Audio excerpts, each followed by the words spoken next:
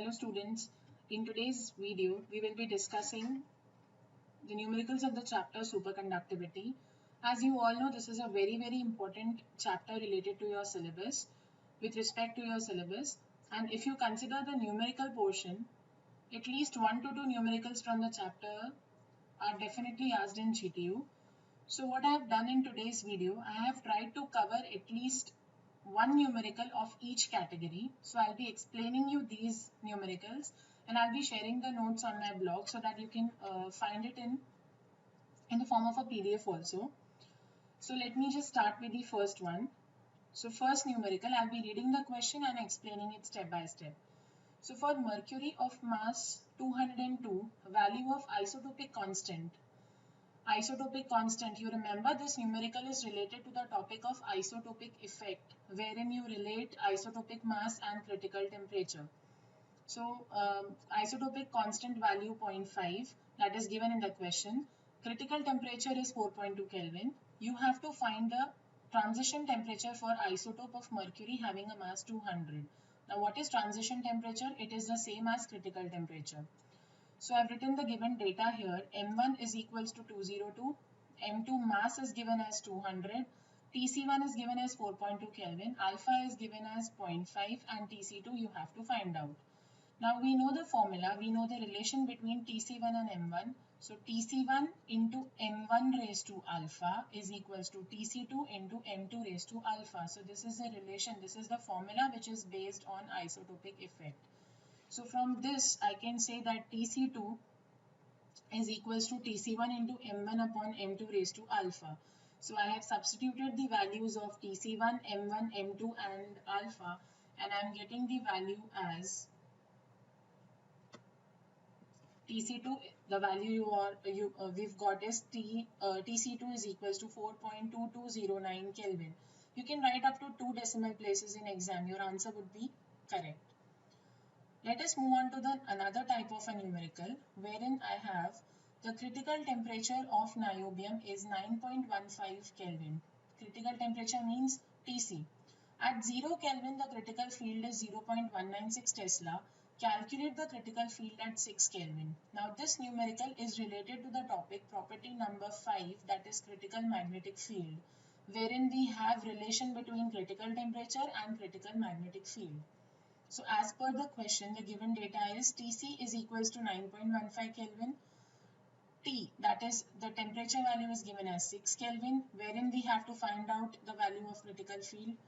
Now at 0, we denote the critical field at 0 Kelvin. That means critical field corresponding to 0 Kelvin is 0.196 Tesla. And it is denoted by Hc0. What does Hc0 mean? Hc0 means critical field at 0 Kelvin. So that is given in the question. And we know the formula. This is a very important formula. There are many numericals based on this. So the formula is Hc is equals to Hc0, 1 minus T by Tc square. Now please, there's a common mistake which students do, that this square, this 2 term, if you write by mistake outside the square bracket, your answer would be wrong. So it is T by Tc square and that answer you have to subtract from 1. So please remember the formula properly. So I have just substituted the values and I get the answer of Hc as 0.111 Tesla, 117 Tesla.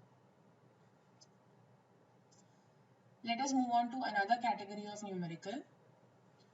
The critical temperature of a metal with isotopic mass 199.5 is 4.185 Kelvin. So you are given mass also, you are given critical temperature also.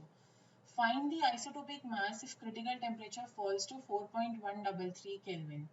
So in this numerical, what is given is, you are given 2 different values of temperatures. You can call them as Tc1, you can call this as Tc2. You have to find out what is the isotopic mass that corresponds to this temperature, Tc2. Now we know that Tc1 m1 raised to alpha is equals to Tc2 m2 raised to alpha. That is m2 raised to alpha is equals to Tc1 upon Tc2 into m1 raised to alpha. Now in this question, the value of alpha is not given. You are given 3 parameters, fourth is unknown and isotopic constant is also unknown. So in such type of numericals, we will assume the value of alpha as 0.5. That is by default the correct value. So if I substitute alpha as alpha as 0.5 here, I will be getting root of m2 is equals to tc1 upon tc2 into root of m1. Substituting the values of tc1, tc2 and m1, we get the answer as root m2 is equals to 14.301. Another common mistake which is generally made by students, they end the answer here. They forget that we have root m2 on the LHS. Because it is root m2 on the LHS, to find the answer of m2, we will have to square the RHS of this equation. So squaring this, we get the answer as 204.55. So this is the value of m2 which we obtain using the above formula. Next, calculate the critical current through a long, thin superconducting wire of radius 0.5 mm. The critical field is 7.2 kiloampere per meter. In the earlier numerical, we had the unit of critical field as Tesla. Now, Tesla and ampere per meter both are units of critical field used in superconductivity, where Tesla is a bigger unit. So generally in question, if Tesla is asked, your values would be 0 point something. But if it is in the form of ampere per meter, it will be generally kiloamperes. No need to convert one into the other. The question, if the question is in ampere per meter, find the answer in ampere per meter. If the question is in Tesla, find the answer in Tesla. No need to change the unit by yourself. Now, according to the given question, you have to find out the value of critical current. We denote critical current as IC. Radius is given and critical field is also given. So we will be using the Silsby's law. If you remember, we discussed in the topic of critical current density, that is property number 6 of superconductor. So we have IC is equals to 2 pi r Hc. Substituting the value of Hc here. Now again a mistake which can occur. Radius is given in mm. You have to convert into meter. So that will be 10 raised to minus 3. Multiply by 10 raised to minus 3. And this critical field is given in kiloampere per meter. So again you have to convert into the standard unit. So we will be multiplying by 10 raised to 3. So substituting these values after conversion, we have IC is equals to 22.6 amperes. So this is the value of critical current. Now calculate the critical current for a superconducting wire of lead having a diameter 1 mm at 4.2 Kelvin. Critical temperature for lead is 7.18 Kelvin and critical field at 0 Kelvin is given as 6.5 into 10 raised to 4 ampere per meter. So Hc0 is given as 6.5 into 10 raised to 4. You are also given the value of diameter. So if diameter is 1 mm, you can write radius as 0.5 mm and I have converted into meters. You are given the value of critical temperature, you are given another temperature also, and you are asked to find out critical current. Hc0 is also given. Now, we know the Silsby's formula that IC is equals to 2 pi r Hc, but Hc is not given in the question. So our step number 1 will be, first we find out Hc and then we find out IC. So to find out Hc, we will be using the standard formula. Hc is equals to Hc0, 1 minus T by Tc square. So substituting the values 6.5 to 10 raised to 4 and T by Tc, so 4.2 upon 7.18 square, we get the answer as Hc is equals to 42.758 kiloamperes per meter, or you can write 42.758 into 10 raised to 3 ampere per meter. Now by the Silsby's law, you know that IC is equals to 2 pi r Hc. We have just now found out the value of Hc. So using this value, R is also known, we can find out IC. So substituting the value now, 0.5 mm is the value of radius. So converting it, we will get 0.5 into 10 raised to minus 3. Hc is equals to 42.758 kiloampere per meter. So into 10 raised to 3 should be multiplied. So IC value you get 134.26 amperes. Now this numerical is a very important numerical because many times the same numerical without change in value has been asked in GTU. Let us discuss one more numerical based on the above formula itself.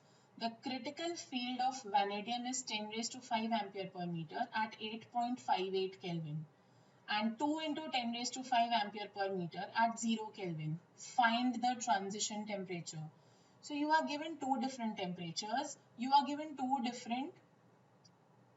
0 Kelvin, two different critical fields and one temperature. You have to find out Tc, that is the transition temperature. So Hc is given, Hc naught is given, T is equals to 8.58 Kelvin. Now we know the formula, we'll be using the same formula. So Hc is equals to Hc naught 1 minus T by Tc square, wherein Hc is equals to, so I have Hc by Hc naught is equals to 1 minus T by Tc square, or I can write T by Tc square I take on this side and this term I bring on this side. So T by Tc square is equals to 1 minus Hc upon Hc naught. This is given, this is given. So we get T by Tc square whole square is equals to 0.5. So you can say Tc is equals to 8.58 upon root 5, which gives us the answer as 12.13 Kelvin, 12.133 Kelvin. Two isotopes of lead having mass 206 and 210 have critical temperature values of 7.193 Kelvin and 7.125 Kelvin respectively. Find isotopic constant for lead. Now in this question, two different values of mass are given. Two different values of temperatures are also given. You might be thinking then what exactly, and you also know that isotopic constant is 0.5, then what should we find out? See, if in the question three quantities are given and fourth is to be found out, we will be using alpha as 0.5. But in this numerical, TC1, TC2, M1, M2, all of them are given. You actually have to find out the value of alpha. You will not substitute 0.5. You will keep alpha as it is and you will find the value of alpha. So I'm writing the formula as Tc1 M1 raised to alpha is equals to Tc2 M2 raised to alpha. Do not substitute alpha as 0.5. We have to determine the value of alpha. So I have just taken T terms on one side and M terms on other side. So I have 1.00954 is equals to 1.01941 raised to alpha. To solve this, I will have to take logarithm on both sides. So taking logarithm on LHS and RHS, log of this term will be equal to alpha into log of this term. So alpha value is equals to log of 1.00954, that is 4.1259, divided by log of this term. So actual value will be close to 0.5. You can just cross verify your answer. It should be close, it should be nearer to 0.5 only. We have got the answer as 0.494. Just keep one thing in mind. If on the LHS, you see, on the LHS I have taken up to 5 decimal places. On the RHS also I have taken up to 5 decimal places. So if you are taking 5 decimal places here, please do not take 1 or 2 decimal places over here. Getting it? And strictly do not approximate the answer as 1, 1 on both the sides. Next. Find the critical field, critical current and critical current density for a superconducting wire of lead having a diameter of 1.5 mm at 5.3 Kelvin.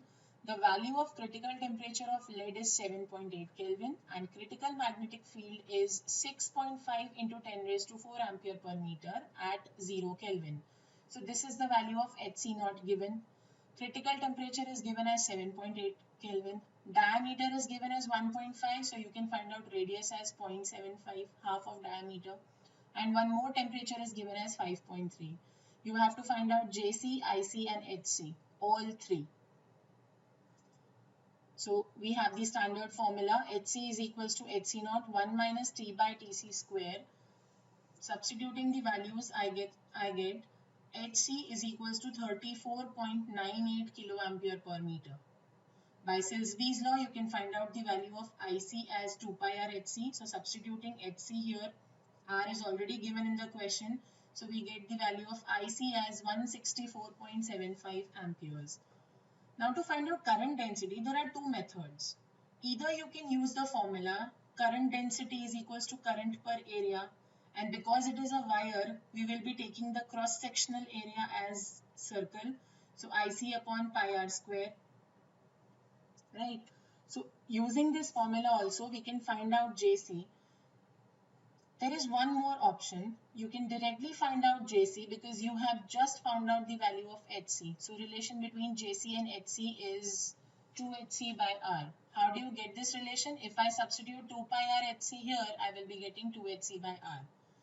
So you can use any one of the two methods. You will be getting the same answer in both. Please try to use the formula which you remember easily. Now next, critical temperature of a superconductor when no magnetic field is present is Tc. So you are just given the value, you're not given the value, you are just given Tc. You have to find the temperature at which critical field becomes half of its value at 0 Kelvin. So in the question we are given the critical field becomes half of its value at 0 Kelvin. What is the value of critical field at 0 Kelvin? Hc naught. So our critical field, that is Hc, is becoming half of Hc naught. Just read the sentence twice, you will be getting what is given in the question. So you are given the relation between Hc and Hc naught. So using this relation in the standard formula, instead of Hc, I write Hc naught by 2, that is equals to Hc naught into 1 minus T by Tc square.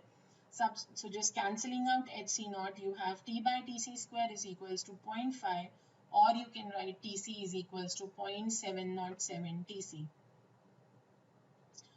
Next, the critical current density is 1.71 into 10 raised to 8 ampere per meter square, and it is required to change a superconducting wire of radius 0.5 mm at 4.2 Kelvin.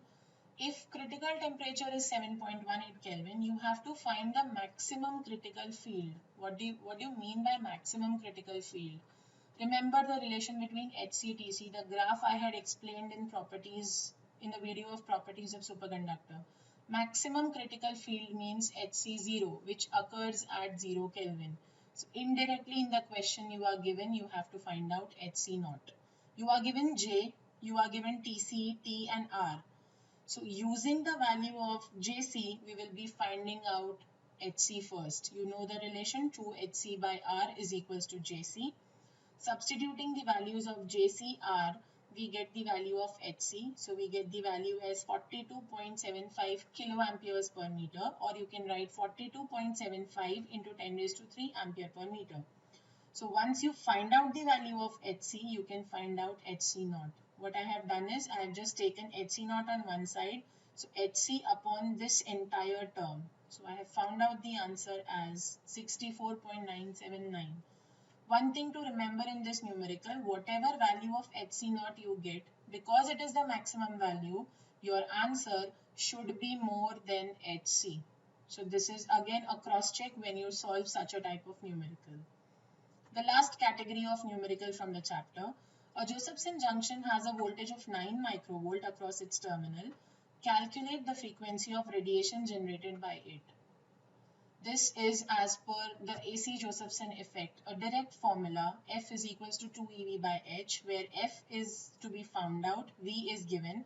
You should remember these two constants, charge of electron 1.6 into 10 raised to minus 19 coulomb, and H, that is Planck constant, 6.626 into 10 raised to minus 34 joule per Kelvin. You have to remember these two formulae, these two values. You can easily find out the answer. So I've got the answer in the terms of gigahertz. So I think mostly all the types of numericals from the chapter have been covered. Hope you've understood. Thank you.